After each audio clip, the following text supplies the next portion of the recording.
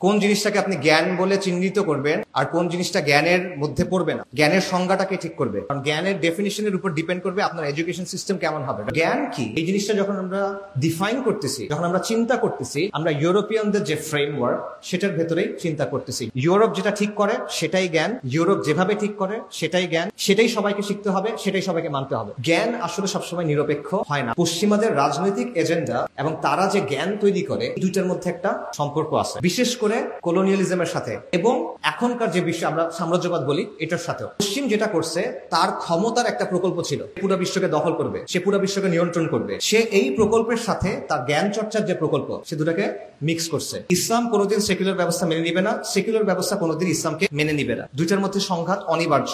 আমরা সবাই মনে করি যে প্রত্যেকটা মানুষের ন্যূনতম কিছু অধিকার আছে, শুধু মানুষের না, প্রত্যেকটা মাখলুকের আছে হাক্কুল ইবাদ। কিন্তু এই অধিকার কে ঠিক করবে? আল্লাহ ঠিক করবে। কিন্তু তারা কি বলে, তাদের জায়গায় কি অধিকার ঠিক করে? মানুষের খেয়াল খুশি। তাদের অধিকারের আলোচনাটা কি?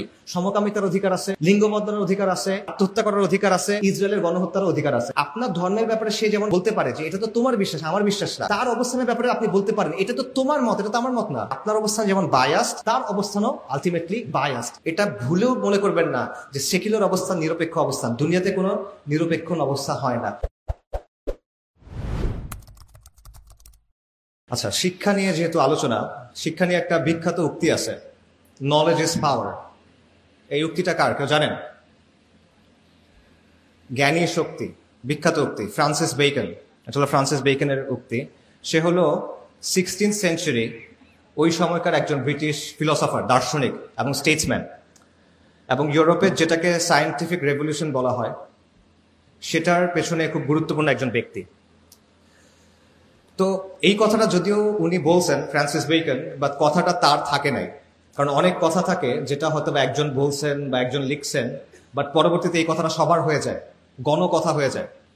তো ফ্রান্সিস বেকনের কথাটা এরকম হয়ে গেছে, সবাই এই কথাটা গ্রহণ করছে। বিভিন্ন জায়গায় আপনি দেখবেন জ্ঞানী শক্তি, নলেজ ইজ পাওয়ার, এই কথাটা হয়। এবং এই কথাটার একটা অর্থ আমরা ধরে নিছি। যেমন ধরেন আপনি যখন চিন্তা করেন নলেজ ইজ পাওয়ার মানে কি, তখন আমরা এটার একটা ফ্রেম আছে আমাদের মাথায়, এটার অর্থটা আসলে কি। যেমন ধরেন জ্ঞানের আলো মানুষকে আলোকিত করে, জ্ঞান মানুষকে শক্তিশালী করে, শিক্ষা আমাদেরকে শক্তি দেয়, শিক্ষা উন্নয়নের হাতিয়ার, যার যত বেশি জ্ঞান তারা তত বেশি আগায় যাবে, বাঁচতে হলে জানতে হবে, এই টাইপের কিছু কথা কিন্তু আছে জ্ঞানের অর্থ। এটি প্রচলিত অর্থ, এটা আমরা মোটামুটি আমরা যখন মনে করি যে জ্ঞানই শক্তি তখন আমরা এই অর্থটা বুঝি। কিন্তু এটা আসলে একমাত্র অর্থ না, এই কথাটার আরো গভীর অনেক অর্থ আছে। ওই যে বললাম এটা গণ হয়ে গেছে, অনেক মানুষ এই কথাটা গ্রহণ করছে, তাই অনেক মানুষ অনেকভাবে এই কথাটার ব্যাখ্যা তৈরি করছে। তো সেই ব্যাখ্যার কিছু ব্যাপার আমাদের চিন্তা করার দরকার। যেমন মনে করেন আপনি যদি বলেন যে জ্ঞানই হলো শক্তি, তখন প্রশ্ন হবে এই শক্তি অর্জনের উপায় কি? শক্তি অর্জন কে করবে? মনে করেন আমি নিজে অনেক জ্ঞানী হইলাম, কথার কথা, আমি অনেক বই পড়লাম, পরীক্ষা দিলাম, ডিগ্রি হইলো, ঠিক আছে, আমার অনেক জ্ঞান হইলো, আমি শক্তিশালী হচ্ছি। এটা যথেষ্ট কিনা? এটা যথেষ্ট না। আপনার সমাজের মধ্যে জ্ঞান প্রচার করতে হবে, রাইট? তাহলে আপনি শক্তিশালী হতে পারবেন না। সোসাইটির মধ্যে নলেজ লাগবে। আচ্ছা, তো সমাজে জ্ঞান আপনি প্রতিষ্ঠা করবেন, ঠিক আছে, কোন জ্ঞান প্রতিষ্ঠা করবেন? কোন জিনিসটাকে আপনি জ্ঞান বলে চিহ্নিত করবেন আর কোন জিনিসটা জ্ঞানের মধ্যে পড়বে না, জ্ঞানের সংজ্ঞাটাকে ঠিক করবে। জ্ঞানের একটা সীমানা আছে, সেই সীমানাটাকে ঠিক করবে। এই বিষয়টা কিন্তু প্রাসঙ্গিক। এগুলো আমি কেন বলতেছি, কারণ শক্তি নিয়ে কিন্তু সংঘাত হয়। আমরা যখন বলি কোনো কিছু পাওয়ার, পাওয়ার নিয়ে কি হয়? কনফ্লিক্ট হয় না? শক্তি নিয়ে সংঘাত হয়, শক্তির জন্য সংঘাত হয়, হয় না? জ্ঞান নিয়ে কি সংঘাত হয় কিনা? হয়, জ্ঞান নিয়েও সংঘাত হয়। এবং এই লড়াইটা চোখে দেখা যায় না, কিন্তু এই লড়াইটা অনেক গুরুত্বপূর্ণ। এবং এই লড়াইয়ে যে জিতে তার আসলেই অনেক ক্ষমতা তৈরি হয়। এটা অত্যন্ত গুরুত্বপূর্ণ একটা লড়াই। সমাজে মানুষ কি শিখবে এটা যে নিয়ন্ত্রণ করতে পারে তার হাতে অনেক ক্ষমতা। এবং যখন সে একবার এটা নিয়ন্ত্রণ করতে পারে, সমাজের মানুষ ওই সীমানার ভেতরে, ওই ফ্রেমওয়ার্কের ভেতরেই চিন্তা করে। এটাও একটা বড় পাওয়ার।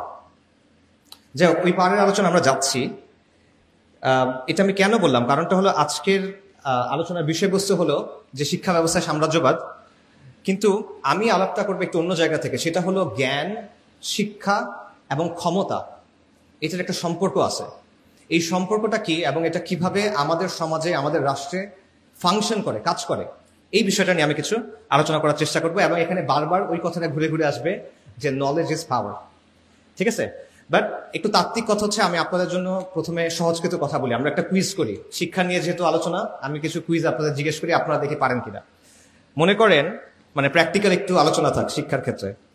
ধরেন আমাকে অ্যান্সার দেন, পৃথিবীর সবচেয়ে উঁচু পর্বতচূড়া এটার নাম কি?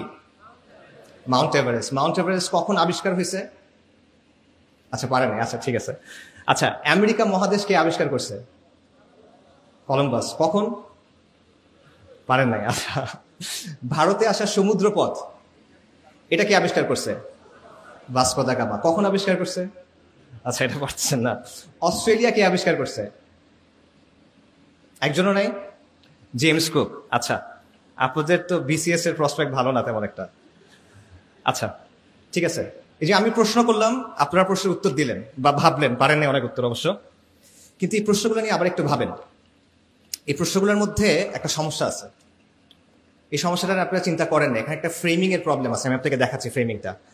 এই প্রশ্নগুলো এমন ভাবে তৈরি যেখানে আপনি ধরে নিচ্ছেন একটা নির্দিষ্ট অংশ, মানে একটা নির্দিষ্ট পক্ষ আছে যারা এই জিনিসপত্রগুলো আবিষ্কার করছে।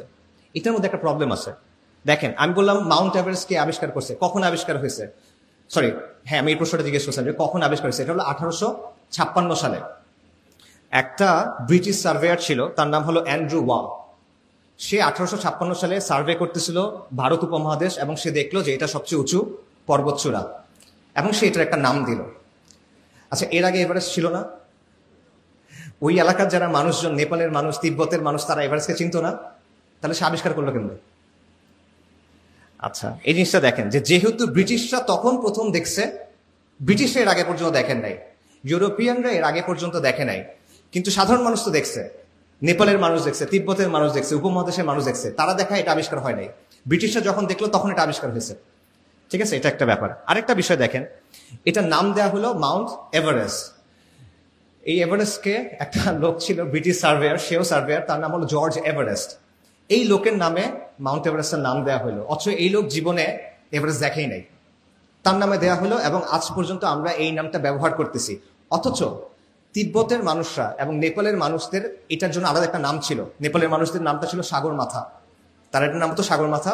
তিব্বতেরও একটা নাম আছে, নামটা কঠিন, তাই আমি বলতেছি না, আপনারা খুঁজে নেন। আচ্ছা, তো এতদিন ধরে যারা এখানে হাজার হাজার বছর ধরে আছে, তারা যে নাম দিছে সেই নাম কিন্তু আমরা গ্রহণ করি নাই।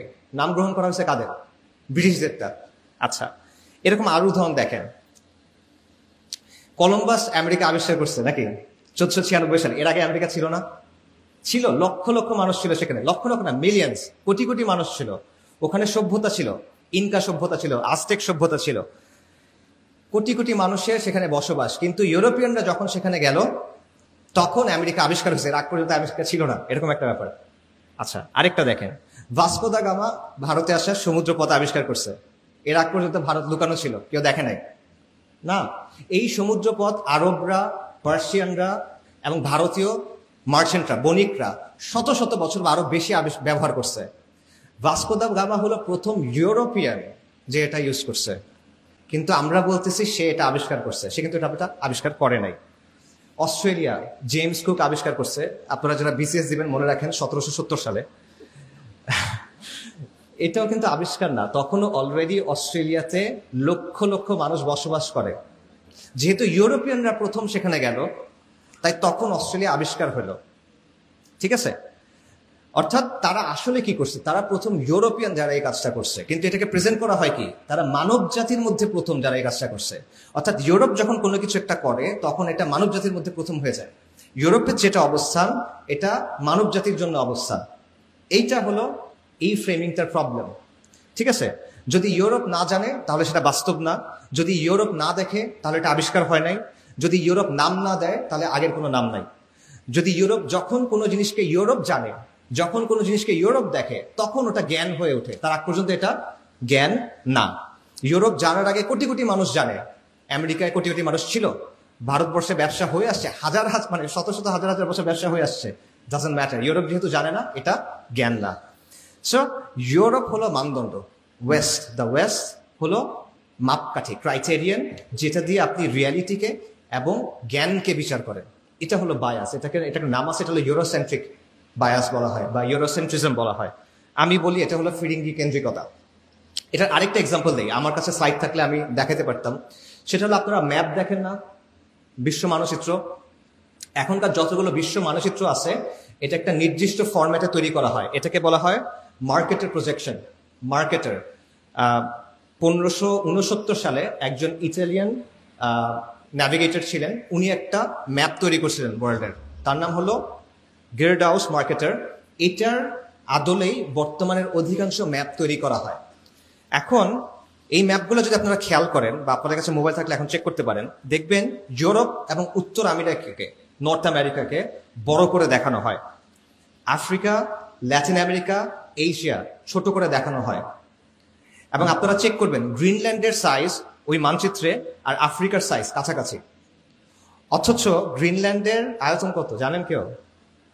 লাইক 2 মিলিয়ন স্কোয়ার কিলোমিটারের মতো। আফ্রিকার কত? 30 মিলিয়ন স্কোয়ার কিলোমিটার, 15 গুণ। ম্যাপ খুলে দেখবেন গ্রিনল্যান্ড এবং আফ্রিকার সাইজ কাছাকাছি ধরনের। ঠিক আছে, এটা কেন? এটা ওই বায়াসের একটা এক্সাম্পল। এটা কিন্তু শুধুমাত্র ম্যাপের ইস্যু না, এটা একটা দৃষ্টিভঙ্গির ব্যাপার।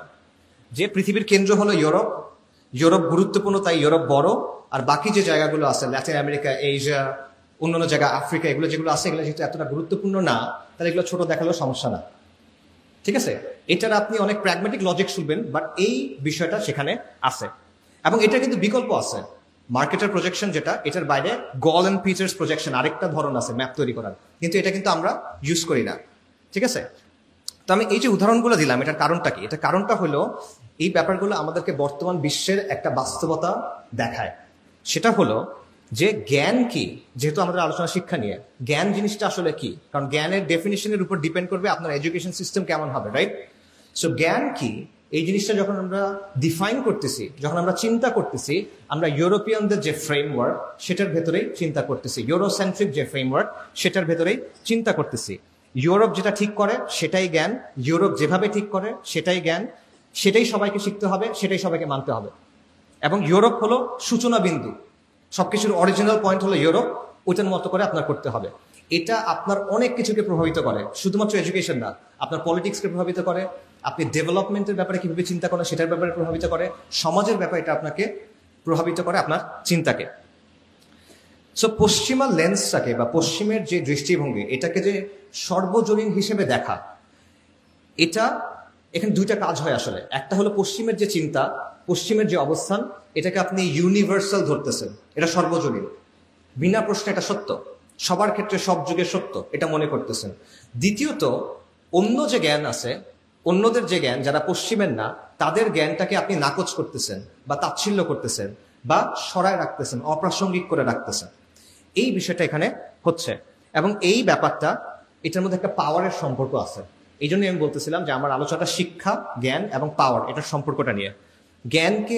জ্ঞান উৎপাদন করা, এই বিষয়টা নিরপেক্ষ না। এই যে তারা নাম দিচ্ছে, এটা নিরপেক্ষ না, এটা সবসময় কারো না কারো একটা এজেন্ডা, কারো না কারো একটা দৃষ্টিভঙ্গি সেটার মধ্যে মানে গেঁথে থাকে। এই বিষয়টা সবসময় জ্ঞানের মধ্যে থাকে। এবং যে জ্ঞান ঠিক করে, যে নামগুলা ঠিক করে, যে জ্ঞানের ডেফিনেশন দেয়, যে জ্ঞানের সীমানাটা ঠিক করে, সে অনেক বড় একটা পাওয়ার আপনার উপর এক্সারসাইজ করে। এইটা হলো নলেজ ইজ পাওয়ারের আরেকটা ব্যাখ্যা। আচ্ছা, তো এই কথাটা, এই বাস্তবতা আমাদের সমাজে আছে, আমাদের রাষ্ট্রে আছে, আমাদের নিজেদের দৃষ্টিভঙ্গির মধ্যেও এটা মিশে আছে। তো সেটা কিভাবে মিশে আছে ওই আলোচনায় যাচ্ছি, তার আগে সংক্ষেপে কয়েকটা কথা আরো বলি।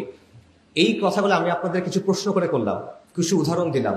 আপনারা মনে করতে পারেন যে এটা আমি নিজে বানায় বানায় বলতেছি, এটা বানায় বানায় বলতেছি না, এটার লম্বা একাডেমিক আলাপ আছে, অনেক তত্ত্ব, অনেক রিসার্চ, অনেক আর্গুমেন্টস এখানে আছে।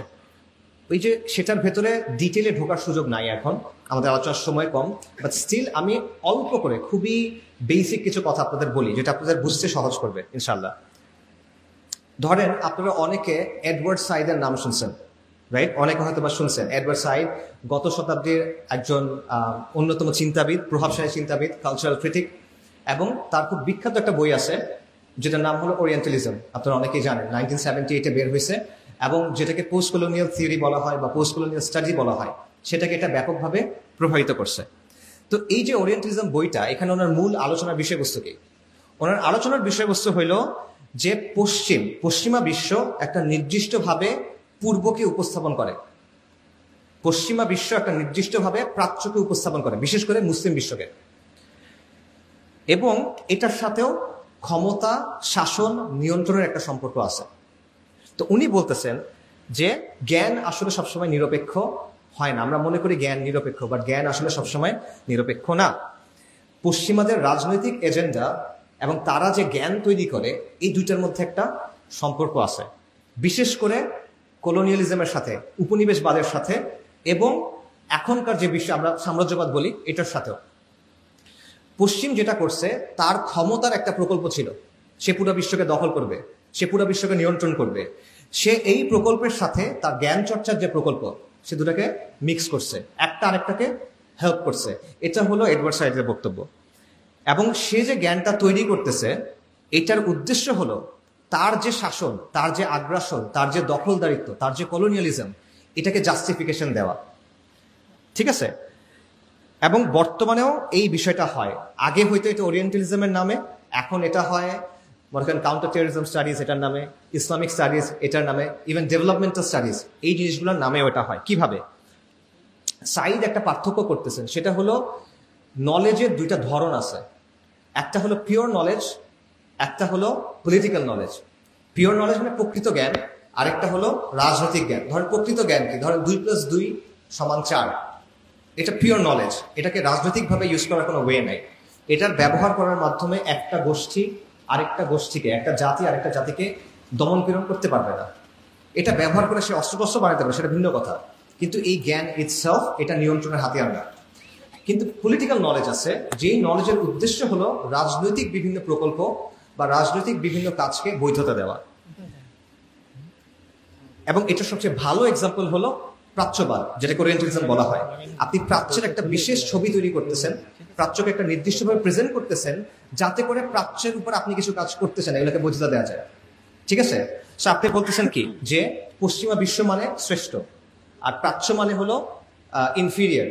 আপনি বলতেছেন পশ্চিম মানে উন্নত, পশ্চিম মানে প্রগতিশীল, পশ্চিম মানে আধুনিক, পশ্চিম মানে গণতন্ত্র, মানে এগুলো সব ভালো জিনিস। আর পূর্ব মানে বর্বর, মধ্যযুগীয়, পিছনে পড়ে আছে, ইত্যাদি ইত্যাদি, অসভ্য মানুষ। রাইট? তাহলে আমি চাই প্রাচ্যের ভালো, পূর্ব দিকে যে মানুষগুলো আছে আমি তাদের ভালো চাই। তো ভালো হবে কিভাবে? আমি পশ্চিমা মানুষ, আমার অনুকরণ করে আমি তাদের হেল্প করতে চাই। সো পশ্চিমারা যে বিভিন্ন জায়গায় গিয়ে গিয়ে দখল করতেছে, উপনিবেশবাদ করতেছে, লুটপাট করতেছে, এটা আসলে খারাপ কাজ না। সে আসলে আপনাকে সভ্য করতে আসছে, তার উদ্দেশ্য আসলে আপনার ক্ষতি করাটা। ঠিক আছে? এইটা হলো ওরিয়েন্টালিজমের একটা মূল কাজ, যেটা এডওয়ার্ড সাইড বলতেছেন। তার অর্থাৎ সাদা মানুষ আপনার ভালো চায় দেখে সে আপনাকে মারতে আসছে, সে আপনার ভালো চায় দেখে সে আপনাকে দখল করতে আসছে, সে আপনার ভালো চায় দেখে সে আপনার উপরে জিনিসপত্র চাপাই দিচ্ছে। তার কোনো খারাপ উদ্দেশ্যই নেই, তার উদ্দেশ্য আপনাকে সভ্য করা। সিভিলাইজিং মিশন, এটার নাম আছে সিভিলাইজিং মিশন, হোয়াইট ম্যানস বার্ডেন, অনেক কিছু আছে, রুডিয়ার্ড কিপলিং এর কবিতা আছে, এটসেট্রা। সো এখানে সে কি করতেছে দেখেন, তার দখলদারিত্বের একটা কাজ আছে, সে দখল করতে চায়, লুট করতে চায়, শাসন করতে চায়। এটার জন্য সে একটা জ্ঞান, মানে একটা শাস্ত্র তৈরি করছে, এটা সে একটা ব্যাখ্যা দিচ্ছে, এটা সে একটা বুদ্ধিভিত্তিক ব্যাখ্যা নিয়ে আসছে। এই কাজটা হলো ওই যে বললাম জ্ঞানের সাথে ক্ষমতার সম্পর্ক, এটা হলো সেই সম্পর্কটা। আমি জ্ঞানের একটা ধারা তৈরি করলাম, যার একমাত্র কাজটাই হলো আমার যে রাজনৈতিক প্রকল্প এটার বৈধতা দেওয়া। ঠিক আছে? সো এটা হলো ওরিয়েন্টালিজমের এডওয়ার্ড সাইডের বক্তব্য, যে পশ্চিমা দখলদারিত্ব বলেন, লুটপাট বলেন, জুলুম বলেন, এগুলোর বৈধতা আসতেছে ওরিয়েন্টালিজম থেকে, প্রাচ্যবাদ মানে জ্ঞানের একটা ধারা থেকে। জ্ঞান এখানে নিরপেক্ষ না, জ্ঞান এখানে রাজনীতির একটা হাতিয়ার। একই ধরনের কথা ফ্রেঞ্চ অনেক দার্শনিক আছে, মিশেল ফুকো এবং এরকম আরো অনেক আছে, তারাও একই ধরনের কথা বলছেন যে জ্ঞান আর ক্ষমতা আসলে আলাদা না। যার হাতে ক্ষমতা আছে সে ঠিক করে যে কোন জ্ঞানটা গ্রহণ করা যাবে, কোন জ্ঞানটা গ্রহণ করা যাবে না, কোনটা আসলে জ্ঞান, কোনটা আসলে জ্ঞান না। এখানে আমি আরেকজন লোকের কথা বলে শেষ করবো, সেটা হলো ডক্টর ওয়াইল হাল্লাক। ওয়াইল হাল্লাক হলো ইসলামিক স্টাডিজের বর্তমান বিশ্বের সবচেয়ে মানে ফরমোস্ট এক্সপার্টদের একজন।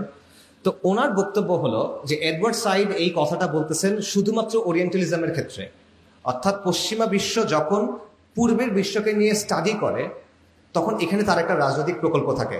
এটা হলো এডওয়ার্ড সাইডের কথার একটা সিম্পলিফাইড ভার্সন। ওয়াইল হাল্লাক বলতেছেন যে এটা শুধুমাত্র প্রাচ্যবেদ মানে ওরিয়েন্টালিজমের ক্ষেত্রে না, এটা অন্য আরো অনেক জায়গায়ও আছে। এটা সোশ্যাল সায়েন্স যে ব্যাপারটাকে আমরা বলি, হিউম্যানিটিজের আন্ডারে যে সাবজেক্টগুলো আছে এই প্রত্যেকটার মধ্যে এই ব্যাপারগুলো আছে।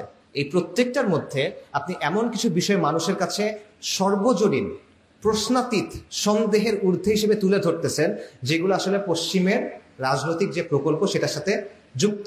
যেমন আপনারা কিছু জিনিস জানেন, যেমন ধরুন মানবাধিকার, যেমন ধরুন গণতন্ত্র, যেমন নারী অধিকার, এগুলো একটা ফ্রেম কিন্তু ওয়েস্টের কাছে আছে। যে ফ্রেমটা নিয়ে এসে সে আপনার দেশে আক্রমণ করা বলেন, আপনার দেশে এইড দেওয়া বলেন, আপনার দেশে হস্তক্ষেপ করা বলেন, এগুলাকে সে জাস্টিফাই করে। ঠিক আছে? সো আগে যেটা হতো, জ্ঞানের উদ্দেশ্য ছিল পশ্চিমা কলোনিয়ালিজমকে বৈধতা দেওয়া, এখন উদ্দেশ্য হলো আমেরিকান লিবারেল সেকুলার যে প্রজেক্ট সেটাকে বৈধতা দেওয়া। সো এই ধরনের অনেক চিন্তা, ওয়াল হাল্লাকের বাইরে আপনি ডি কলোনিয়াল যারা থিঙ্কার আছে তারা অনেকেই এই ধরনের আরো অনেক আলোচনা করছে, আপনারা সেটা দেখতে পারেন। এটার মূল কথা হলো যে যখন আপনি শুধুমাত্র পশ্চিমের যে দৃষ্টিভঙ্গি, তাদের যে জ্ঞানের সংজ্ঞা, তাদের যে জ্ঞানের সীমানা, এটাকে যদি আপনি চূড়ান্ত হিসেবে গ্রহণ করে নেন, তাহলে আপনি অলরেডি অন্য সবগুলোকে নাকচ করতেছেন এবং আপনি তার নিয়ন্ত্রণের ভিতরে ঢুকে গেছেন। এটা হলো রিয়ালিটি। যে কোনো নিয়ন্ত্রণের প্রক্রিয়া আলটিমেটলি চিন্তা থেকে শুরু হয়, এবং যে কোনো প্রতিরোধের প্রক্রিয়া আলটিমেটলি চিন্তা থেকে শুরু হয়। ঠিক আছে? সো এটা হলো বাস্তবতা। তো আমাদের বর্তমানের সাথে এটা সম্পর্ক কি? আমি অনেক তত্ত্ব বলছি, বর্তমানের সাথে সম্পর্ক কি? আমাদের পুরা দেশের, আমাদের রাষ্ট্রে, আমাদের শাসন ব্যবস্থায়, আমাদের শিক্ষা ব্যবস্থায়, আমাদের সমাজ ও সংস্কৃতিতে দুইটা শক্ত বায়াস আছে, যেটা আপনারা দেখবেন। একটা হলো পশ্চিমা বায়াসটা, আরেকটা হলো কলকাতা কেন্দ্রিক একটা বায়াস। ঠিক আছে? আমি আপনাদের এক্সাম্পল দিই, আপনারা মিলান। ধরেন আমাদের ইতিহাসের বইগুলাতে সুলতানি আমলের যে শাসন বা আওরঙ্গজেব, এই টাইপের শাসকদের কিভাবে দেখা হয়? দখলদার, দাঙ্গাবাজ, তাই না? আর হিন্দু যে শাসক আছে, বৌদ্ধ যে শাসক আছে, তাদের কিভাবে দেখা হয়? এটা হলো আমাদের গৌরবের সময়। এটা হলো কলকাতা কেন্দ্রিক বায়াসের একটা এক্সাম্পল। আরেকটা দেখেন, আমাদের সমাজ বইগুলাতে কলকাতার নবজাগরণ, যেটা হলো হিন্দু সমাজের ভেতরে একটা সংস্কার মুভমেন্ট, সেটা নিয়ে 4-5 পৃষ্ঠা লম্বা আলোচনা। আর আপনি মুসলিম সমাজের মধ্যে যে সংস্কার আন্দোলন আছে তাদের নিয়ে আলোচনা দেখেন, 1 প্যারা 2 প্যারা। এটা আমি নিজে খুঁজে দেখছি। 23 সালে, 24 সালের শুরুতে আমরা এগুলো খুঁজে দেখছিলাম। হাজি শরীয়তুল্লাহ, ফরাইজি আন্দোলন, তিতুমির, শাহ ওলিউল্লাহ মুহাদ্দিস দেলভি, ঠিক আছে, সৈয়দ আহমেদ শাহিদ, ওলামায়ে দেওবন্দ, বা এই টাইপের যত মুভমেন্ট আছে, এগুলো নিয়ে কোনো আলোচনা আপনি পাবেন না। অল্প অল্প কিছু আলোচনা হয়তো বা ফরাইজিদের নিয়ে আসে। এটা সে তুলনা করেন রাজা রামমোহন রায়কে নিয়ে কত লম্বা আলোচনা, ঈশ্বরচন্দ্র বিদ্যাসাগরকে নিয়ে কত লম্বা আলোচনা। বায়াসের একটা এক্সাম্পল এটা। আচ্ছা, ব্রিটিশ বিরোধী আন্দোলনে মুসলিমদের যে লম্বা গৌরবের ইতিহাস, এটা আপনি পাচ্ছেন না। ফকির আন্দোলন থেকে শুরু করে, ফকির বিদ্রোহ থেকে শুরু করে 1857 সালে মহা অভ্যুত্থান বলেন, বালাকোটের কথা বলেন, বারাসাতের কথা বলেন, তিতুমিরের কথা বলেন, খিলাফত আন্দোলনের কথা বলেন, মাওলানা উলায়াত আলী, মাওলানা ইনায়াত আলী, ওনাদের কথা বলেন, ফরাইজিদের কথা বলেন, এই আলোচনা নাই। কার আলোচনা আছে? সূর্য সেনের আলোচনা আছে, প্রীতিলতার আন্দোলন আলোচনা আছে, ক্ষুদিরাম আর প্রফুল্ল চাকির আলোচনা আছে। তারা কোথেকে আসতেছে? আবারও এটা একটা বায়াসের এক্সাম্পল, কলকাতা কেন্দ্রিক বায়াস, সেটার একটা এক্সাম্পল। তো এভাবে কি হচ্ছে, আপনার ইতিহাস থেকে আপনাকে আলাদা করে ফেলা হচ্ছে। ব্রিটিশ বিরোধী যে আন্দোলন, আমাদের যে সংগ্রাম, সেখানে আপনার রোল যেটা ছিল, ইসলামের যে ভূমিকা ছিল, মুসলিম পরিচয়ের যে ভূমিকা ছিল, এটা কিন্তু আপনি মুছে ফেলতেছেন। আরো আছে, আপনি শিক্ষার ক্ষেত্রে দেখেন, পর্দার বিধান নিয়ে নেগেটিভ প্রেজেন্টেশন আমাদের বইয়ের মধ্যে এগুলো আছে। আমাদের ইসলাম শিক্ষা বইতে ইসলামের এমন সব ব্যাখ্যা দেওয়া হচ্ছে যেটা হলো রাষ্ট্রের অনুমোদিত ব্যাখ্যা, সেকুলারদের অনুমোদিত ব্যাখ্যা, সেটা আপনি দিতে পারতেছেন। আমাদের সমাজ বিজ্ঞান বইতে জেন্ডার আইডিওলজি এটা আছে, ট্রান্সজেন্ডার বা ঢোকানো হয়েছে, আন্দোলন করে কিছুটা কমানো হয়েছিল, এগুলো আপনারা সব জানেন। আমাদের সমাজ বিজ্ঞান বইতে র্যাডিক্যাল ফেমিনিজম থেকে আসা অনেক অবস্থানকে সর্বজনীন সত্য হিসেবে তুলে ধরা হয়েছে। এগুলো হলো ইউরোসেন্ট্রিক বায়াস। ঠিক আছে? সো এটার ফলে কি হচ্ছে, একদিকে আপনি তার অবস্থানটাকে সর্বজনীন হিসেবে তুলে ধরতেছেন, অন্যদিকে আপনার যে অবস্থান, আপনার যে ইমান, আপনার যে দিনের অবস্থান, সেটাকে তাচ্ছিল্য করতেছেন, যে এটা আসলে কিছু না। আরো দেখেন, আমাদের এখানে লালমনিরহাটে 69 হিজরির একটা মসজিদ আছে, আমি এটা অনেক জায়গায় আলোচনা করছি, সাহাবা মসজিদ।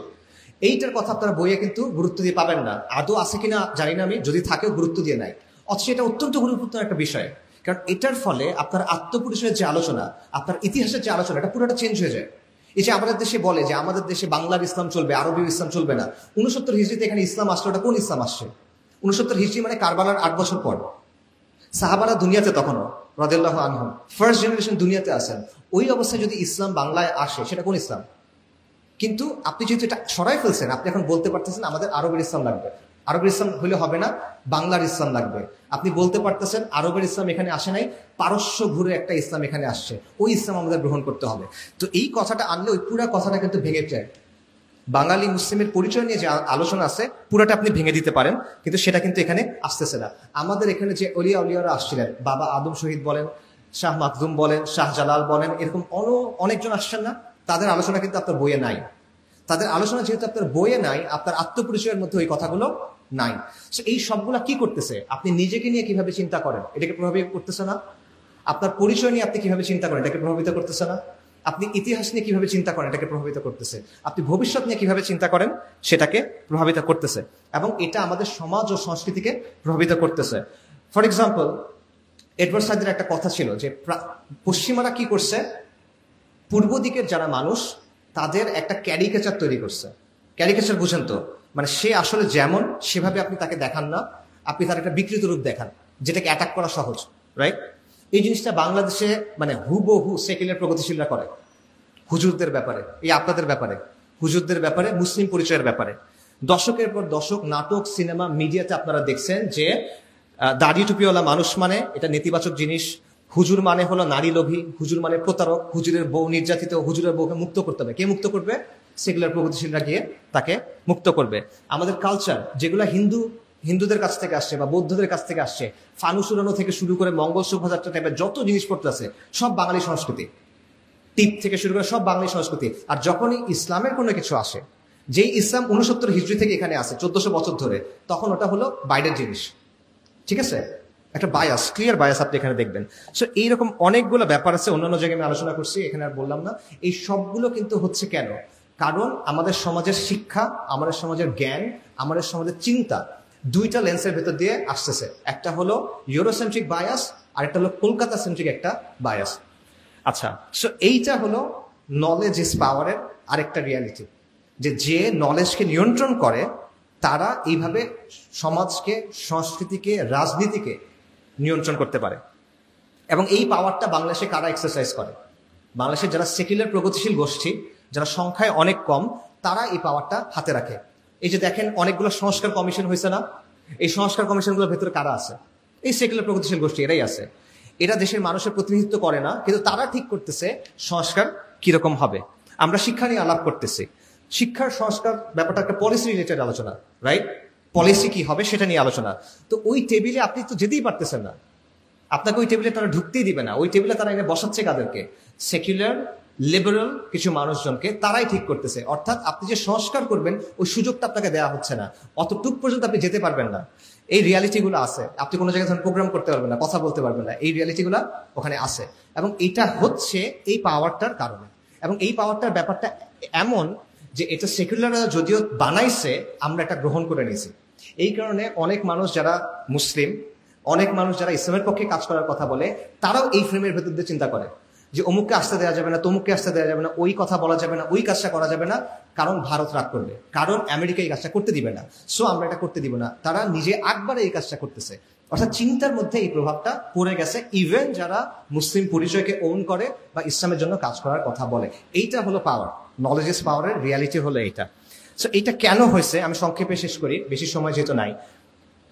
এটা অনেকগুলো কারণ আছে। এটার একটা কারণ হলো কলোনিয়ালিজম। উইলিয়াম অ্যাডামস নামে একজন স্কটিশ মিশনারি এবং শিক্ষা নিয়ে কাজ করা ব্যক্তি ছিলেন। উনি বলতেছেন যে ইংরেজরা এখানে আক্রমণ করার আগে বাংলায় 80,000 শিক্ষা প্রতিষ্ঠান ছিল এবং প্রতি 400 মানুষের জন্য একটা মাদ্রাসা ছিল। ইংরেজরা এসে এগুলো সবগুলো ধ্বংস করছে। মুসলিমদের অনেকগুলো সামাজিক প্রতিষ্ঠান ছিল যেগুলো ওয়াকফের ভিত্তিতে চলতো, মদাদি মাআশ ছিল, জায়গিরদার ছিল, এরকম ব্যাপার ছিল, যেগুলো বেসিক্যালি মাদ্রাসা, মক্তব, খানকা, মুসাফির খানা, এরকম অনেকগুলো জিনিসকে ফান্ড করতো। ইংরেজরা এই প্রত্যেকটা জিনিস ভেঙে দিছে, আইন করে, দখল করে সব নিয়ে নিছে। যার ফলে যেটা হয়েছে, ওই যে সামাজিক একটা ইকোসিস্টেম ছিল ওটা পুরোপুরিভাবে কোলাপস করছে। তারপর ইংরেজরা রাষ্ট্র শাসনের প্রশাসনিক ভাষা চেঞ্জ করে দিছে হুট করে। একদিকে এগুলো সব ভেঙে দিছে, আরেকদিকে চেঞ্জ করে বলছে আগে ফার্সি ছিল, এখন ইংরেজিতে এই কাজগুলো করতে হবে। কিন্তু মুসলিমদের তো এখন সুযোগই নাই। মুসলিম মধ্যবিত্ত ক্লাসটা নষ্ট হয়ে গেছে, মানে কয়েক দশকের মধ্যে মুসলিম মধ্যবিত্ত ক্লাসটা নিশ্চিহ্ন হয়ে গেছে। তারা আর পারতেছে না বাচ্চাদেরকে স্কুলে পাঠাতে, মানে শিক্ষা প্রতিষ্ঠানে পাঠাতে। এই জিনিসটাও এখানে হয়েছে। সো এটা হলো জাস্ট একটা এক্সাম্পল। আরেকটা জিনিস হলো, পশ্চিমাদের একটা দৃষ্টিভঙ্গি আছে শিক্ষার ব্যাপারে, এটাকে এপিস্টেমিক রেসিজম বলে, জ্ঞানতাত্ত্বিক বর্ণবাদ। মানে যেটা আমি বললাম, ওরা যেটা বুঝছে এটাই জ্ঞান, এটার বাইরে আর কিছু নাই। আপনারা ম্যাকওয়ালির কথা শুনছেন হয়তোবা, ভারতের যে শিক্ষা ব্যবস্থা, এটার ফাদার বলতে পারেন তাকে। এই লোকের একটা কথা আছে যে ইউরোপের একটা ভালো লাইব্রেরির একটা তাকে বা একটা ভালো লাইব্রেরির একটা শেলফে যেই পরিমাণ বই আছে এবং সেখানে যে জ্ঞান আছে, পুরা ভারত এবং পুরা আরবের জ্ঞান সেটা সমান না। ঠিক আছে, আবারও শোনেন, ইউরোপের একটা লাইব্রেরির একটা সাইডে যে জ্ঞান আছে, পুরা আরব এবং পুরা ভারতের জ্ঞান এটা সমান না। এটা হলো সহজ ভাষায় এপিস্টেমিক রেসিজম, যেটা তারা বুঝছে এটাই ঠিক, বাকিদেরটা গোনার টাইম নেই, এটা কোনো মূল্য নাই, সহজ কথা। এই দৃষ্টিভঙ্গিটা আমাদের মধ্যে আছে, আমাদের সমাজের মধ্যে এই দৃষ্টিভঙ্গি তৈরি হয়েছে। কিভাবে হয়েছে? কারণ ওরা নিজেদের একটা শিক্ষা ব্যবস্থা তৈরি করছে, ওদের তো শোষণ করে। কলোনিয়ালরা কি করছে, ইংরেজরা কি করছে, 200 বছর ধরে শোষণ করছে, লুটপাট করছে। লুটপাট করার জন্য কিন্তু একটা সিস্টেম লাগে। বাংলাদেশে যখন এলোমেলো লুটপাট হইতেছে, এখন যখন ঝামেলা, হাসিনার সময় মনে করেন সিস্টেমেটিক চাঁদাবাজ ছিল, মানে একজনের চাঁদা দিতে হইতো, এখন মনে করেন 7 জনের চাঁদা দিতে হয়, ঝামেলা কিন্তু। তো লুটপাট করতেও কিন্তু প্রপার সিস্টেম লাগে। এই সিস্টেমের জন্য কি লাগে? কেরানি লাগে। তো কেরানি বানানোর জন্য ওরা একটা এডুকেশন সিস্টেম তৈরি করছিল। তো এই সিস্টেম থেকে কেরানি তৈরি হয়েছে যারা ওদের মতো করে চিন্তা করে। কেরানি মানে বিসিএস দিছে যারা, মানে জিতো যারা, আপনারা এখন নেগেটিভ ভাবে নিতে পারেন, বাট পয়েন্টটা কিন্তু আমলাতন্ত্র, যেটা ইংরেজদের বানানো আমলাতন্ত্র, এটা সিম্পলি তাদের যে শাসনযন্ত্র, যেটার মূল কাজ ছিল শোষণ করা, এটাকে প্রপারলি রান করানোর জন্য তৈরি হয়েছে। যেই কারণে এই আমলাতন্ত্রটা এতটা গণবিরোধী, এটা বাস্তবতা। যাই হোক, এখন কি হয়েছে, এই সিস্টেম থেকে যারা বের হয়েছে তারা কিন্তু ইউরোপের চিন্তা ভাবনা নিয়ে বের হয়েছে। সো তারা ইসলামের ব্যাপারে, মুসলিম পরিচয়ের ব্যাপারে, ইসলামী যে জ্ঞান সেটার ব্যাপারে তাদের দৃষ্টিভঙ্গি ভালো না খারাপ? খারাপ। সে ইংরেজের চোখ দিয়ে ইসলামকে দেখে। এবং ইংরেজরা যখন গেছে, ক্ষমতায় কাদেরকে বসেছে? এদেরকে, যারা ওদের বিরুদ্ধে 50 বছর 40 বছর ধরে যুদ্ধ করে আসছে, তাদের তো সে বসাবে না। যারা তার অনুগত, তাদেরকে সে বসে গেছে। সো এই যে দৃষ্টিভঙ্গি, এটা আমাদের সমাজে রয়ে গেছে। সো এইভাবে এমন একটা অবস্থা হয়েছে যে আমাদের সমাজের এখন অবস্থাটা কি দেখেন, ইসলামের সাথে সম্পর্কিত যে কোনো মূল্যবোধ, যে কোনো বিধান, যে কোনো চর্চা, এটাকে আমরা অনগ্রসর মনে করি, এটাকে আমরা মধ্যযুগীয় মনে করি, এটাকে আমরা ব্যাকডেটেড মনে করি। পশ্চিমা চিন্তা আর দর্শন আর ব্যবস্থা, এটা কি খুব ভালো, এটা হলো প্রগতির পথ, এটা হলো উন্নতির পথ, এটাই করতে হবে, এই তো সুন্দর, ওরা যেহেতু বলছে তাই ভালো, এটা আমরা চিন্তা করি। এবং আমরা চিন্তা করি যে ইসলাম লিমিটেড একটা জায়গা আছে, আপনার ব্যক্তিগত জীবনে আপনি এটা পালন করবেন, এর বাইরে যদি এটা আপনি আনতে চান, যে আনতে চাইবে এই লোক সমস্যা, একে দমন করতে হবে, উগ্রবাদী, রাইট, তাকে আটকায় ফেলতে হবে আপনার। সো এইটা হলো আপনার আত্মপরিচয় এবং আপনার আত্মবিশ্বাস, এটাকে সে সম্পূর্ণভাবে ধ্বংস করে দিচ্ছে। আপনি পরিপূর্ণভাবে তার মতো করে চিন্তা করতেছেন অলমোস্ট।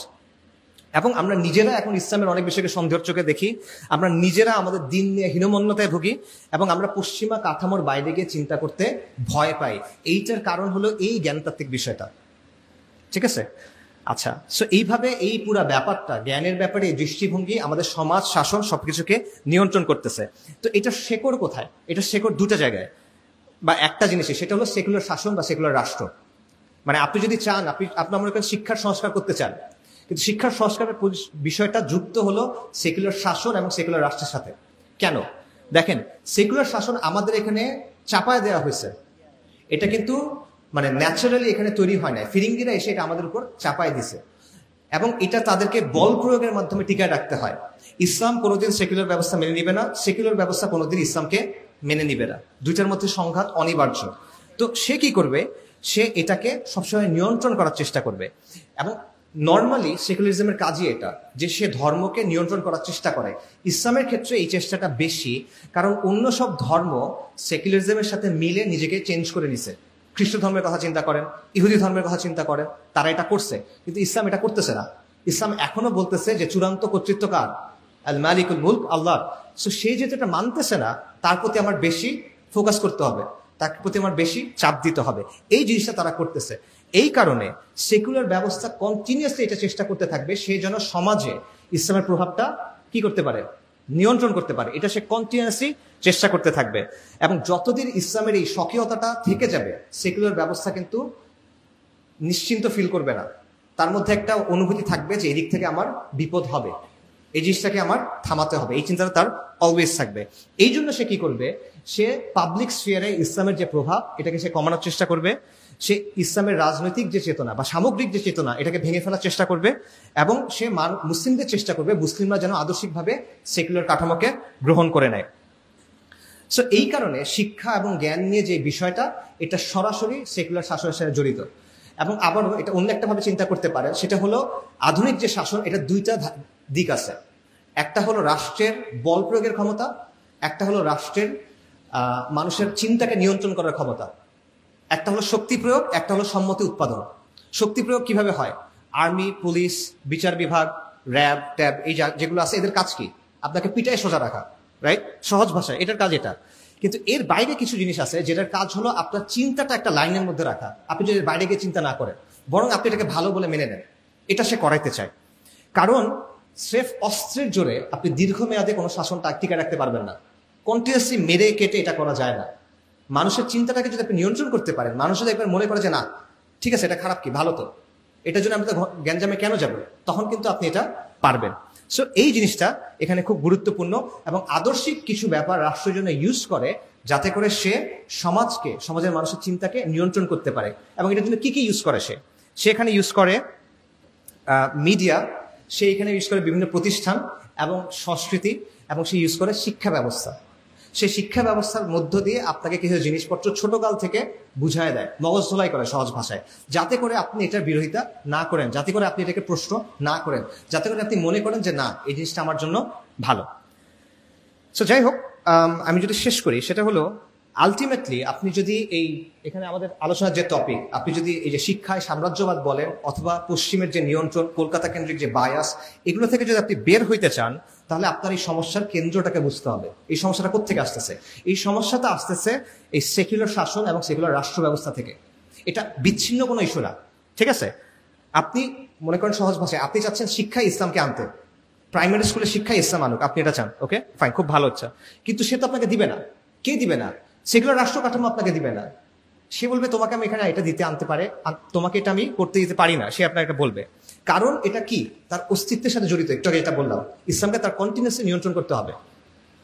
এবং দ্বন্দ্বটা এই কারণে আসলে শিক্ষার না, শিক্ষাটা এটা একটা গুরুত্বপূর্ণ অংশ, বাট দ্বন্দ্বটা হলো ইসলামের সাথে সেকুলার ব্যবস্থার দ্বন্দ্ব। এটার একটা ম্যানিফেস্টেশন, এটার একটা উপসর্গ, এটার একটা প্রকাশ হলো এই জ্ঞান নিয়ে, এই শিক্ষা ব্যবস্থা নিয়ে দ্বন্দ্ব, সেটা। সো আপনি যদি এই মূল দ্বন্দ্ব সলভ করতে না পারেন, দীর্ঘমেয়াদে আপনার কোনো সংস্কার আসবে না। এখন এই সমাধানটা আপনি কিভাবে করবেন? দেখেন, আমাদের সমাজে যতগুলো তর্ক আছে তার বেশিরভাগ তর্ক আপনি দেখবেন এই ইউরোসেন্ট্রিক যে বায়াস, অর্থাৎ পশ্চিমা লেন্স দিয়ে দেখা, এটার সাথে জড়িত, এবং ইসলাম আর সেকুলার ব্যবস্থার যে দ্বন্দ্ব সেটার সাথে জড়িত। আমি আপনাদের একটা সহজ এক্সাম্পল দিই। এখন অনেক আলোচনা হচ্ছে নারী কমিশন নিয়ে, নারী কমিশনের কিছু বক্তব্য, এটা নিয়ে উলামায়ে কেরাম এবং ইসলাম প্রিয় জনতা, সাধারণ মানুষও এটার বিরুদ্ধে সবাই কথা বলতেছে, রাইট? আচ্ছা, এখানে তর্কগুলো আসলে কেন হচ্ছে বলেন তো? নারী কমিশন অধিকারের ব্যাপারে কিছু অবস্থানকে ধ্রুব সত্য মনে করে। নারীর অধিকারের ব্যাপারে তারা কিছু অবস্থান আছে যেগুলোকে তারা ধ্রুব সত্য মনে করে, এবং তারা মনে করে সমাজ এবং শাসন এগুলো অনুযায়ী চলা উচিত। এটাই তো অবস্থান। এইটার ভিত্তিতে তারা কিছু পলিসি সাজেশন তৈরি করছে যে আপনার আইনগুলো এভাবে বদলান, আপনার রাষ্ট্রকে এভাবে সংস্কার করেন, এটাই তো। আর আপনি এটা বিরোধিতা করতেছেন কেন? আপনি বলতেছেন এটা ইসলামের সাথে সাংঘর্ষিক, এটা আমাদের আমাদের দিন, আমাদের তেহজিব তামাদ্দুন, এটা সাথে সাংঘর্ষিক, এটা আমাদের পরিচয়ের সাথে সাংঘর্ষিক, এটাই তো। আলটিমেটলি তর্কটা হলো, সেগুলো আপনাকে কি বলবে? যে তুমি যে বিরোধিতা করতেছো এটা তো আসতেছে ইসলাম থেকে, তুমি কোরআনের কারণে বিরোধিতা করতেছো, তুমি সুন্নাহর কারণে বিরোধিতা করতেছো, তুমি তোমার বিশ্বাসের কারণে বিরোধিতা করতেছো। এই বিশ্বাস তো আমরা মানি না। এটা টকশোতে আলোচনা হয়েছে, আপনারা হয়তো দেখছেন, যে ইসলাম মানে না, যে ইসলাম পালন করতে চায় না, তার জন্য তো একটা সলিউশন দিতে হবে। আপনি সবার উপর ইসলামের সলিউশন চাপাই দিতে পারবেন না, রাইট? এটা তাদের কথা। আচ্ছা, এখন কি করতে হবে তাহলে? আমাদেরকে ইসলামের সমাধান দেওয়া যাবে না, আমাদের একটা সর্বজনীন সমাধান দিতে হবে, এমন সমাধান যেটা সবার জন্য প্রযোজ্য, রাইট? এটা তারা বলে। আর সর্বজনীন সমাধান কোনটা? যেটা সেকুলার সমাধান, সেটা। তো এই প্রশ্নের উত্তর কি? এই প্রশ্নের উত্তর দিতে আমরা আটকায় যাই, আমরা অনেকে আটকায় যাই, বাট প্রশ্নের উত্তরটা আসলে খুব সোজা। চিন্তা করেন, তারা যে বিষয়গুলোকে সঠিক মনে করতেছে, তারা যে বিষয়গুলোকে কাম্য মনে করতেছে, এই মনে করার পেছনে ভিত্তিটা কি? এটা কোত্থেকে আসতেছে? আপনি যখন বলেন যে আমি মনে করি 5 ওয়াক্ত সালাত আদায় করা উচিত, কথার কথা, আপনি বলতেছেন এটা ভিত্তি কি? কোরআন থেকে আসতেছে।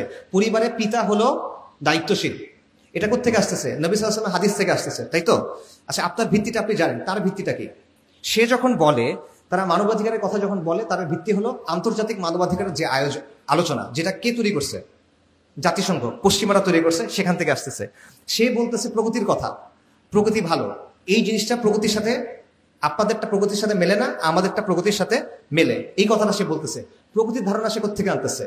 সেটা আনতেছে পশ্চিম থেকে। সে বলতেছে এটা ডেমোক্রেটিক ভ্যালুসের সাথে সামঞ্জস্যপূর্ণ, গণতান্ত্রিক মূল্যবোধের সাথে সামঞ্জস্যপূর্ণ। এটা সে কোথা থেকে পাচ্ছে? পুরা দুনিয়ার মানুষ বসে একসাথে ঠিক করছে এগুলো গণতান্ত্রিক মূল্যবোধ? পুরা দুনিয়ার মানুষ একসাথে বসে ঠিক করছে এগুলো মানবাধিকার, আমরা সবাই মানছি? না, ওরা ঠিক করছে। সেটা সে আপনার উপর চাপা দিচ্ছে। বরং তারা এটাও বলতেছে যে এই কাজগুলো করা উচিত, কারণ পৃথিবীর বিভিন্ন দেশে এটা হয়। এটা কি ধরনের যুক্তি? পৃথিবীর বিভিন্ন দেশে যেহেতু এরকম আছে, তাই বাংলাদেশে এটা করা উচিত। এটা কি ধরনের যুক্তি? আপনি আমাকে প্রুফ করে দেখান যে জিনিসটা সঠিক। কাজেই এই বিষয়গুলো প্রত্যেকটাকে আপনি প্রশ্নবিদ্ধ করতে পারেন। আমরা সবাই মনে করি যে প্রত্যেকটা মানুষের ন্যূনতম কিছু অধিকার আছে, শুধু মানুষের না, প্রত্যেকটা মাখলুকের আছে হাক্কুল ইবাদ। কিন্তু এই অধিকার কে ঠিক করবে? আল্লাহ ঠিক করবেন। কিন্তু তারা কি বলে? তাদের জায়গায় কি অধিকার ঠিক করে? মানুষের খেয়াল খুশি। এবং তাদের অধিকারের আলোচনাটা কি?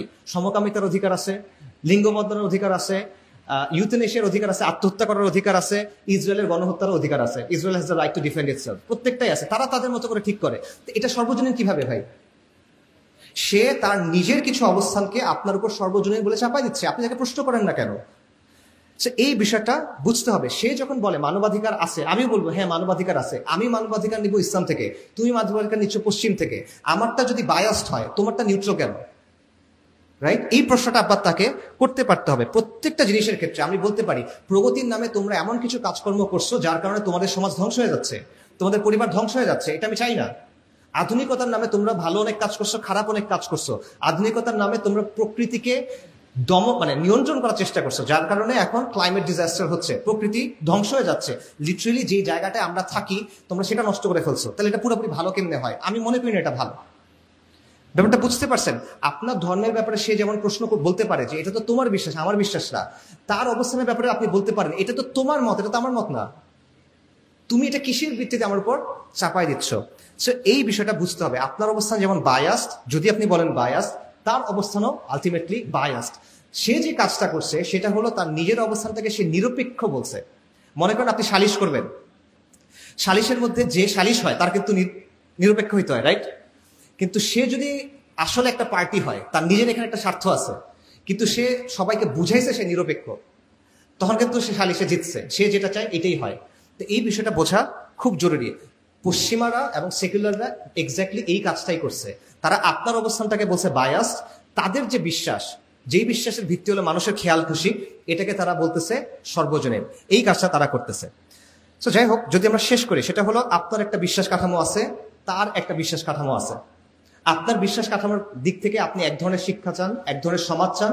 তার বিশ্বাস কাঠামোর দিক থেকে সে এক ধরনের বিশ্বাস চায়, এক ধরনের সমাজ চায়, এবং দুটা মিলতেছে না। দুটার মধ্যে সংঘাতের মতো একটা অবস্থা। এখানে কোনো নিরপেক্ষ অবস্থান নাই। এটা ভুলেও মনে করবেন না যে সেকুলার অবস্থান নিরপেক্ষ অবস্থান। দুনিয়াতে কোনো নিরপেক্ষ অবস্থা হয় না। আপনি এটা, কেউ যদি এসে বলে আমি বেদের শাসন চান, আপনি বুঝেন এটা নিরপেক্ষ না। কেউ এসে বলে বাইবেলের শাসন চাই, আপনি বুঝেন নিরপেক্ষ না। ত্রিপিটকের শাসন চাই, নিরপেক্ষ না। কিন্তু কেউ এসে যখন বলে আমি XYZ মতবাদের শাসন চাই, তখন আপনি মনে করেন নিরপেক্ষ। এটা আমাদের ভুল। কোনো নিরপেক্ষ অবস্থা দুনিয়াতে নাই। প্রত্যেকটা অবস্থান, এটার পেছনে কোনো না কোনো বিশ্বাস থাকে। এটা দর্শনে অনেক পুরনো একটা আলাপ, এটার নাম হলো এপিস্টেমিক রিগ্রেস। এটাতে আর ঢুকতেছি না। নিরপেক্ষ কোনো অবস্থান নাই, এটা হয় না, সম্ভব না। এখন দেখেন, সমাজের একটা অংশ এটা চায়, একটা অংশ এটা চায়। এটা সমাধান কিভাবে হবে? আমরা যে সমাধানের কথা বলি কিভাবে হবে, এটা দুইটা ওয়ে আছে। একটা হলো ডায়ালগ, আলোচনা করা।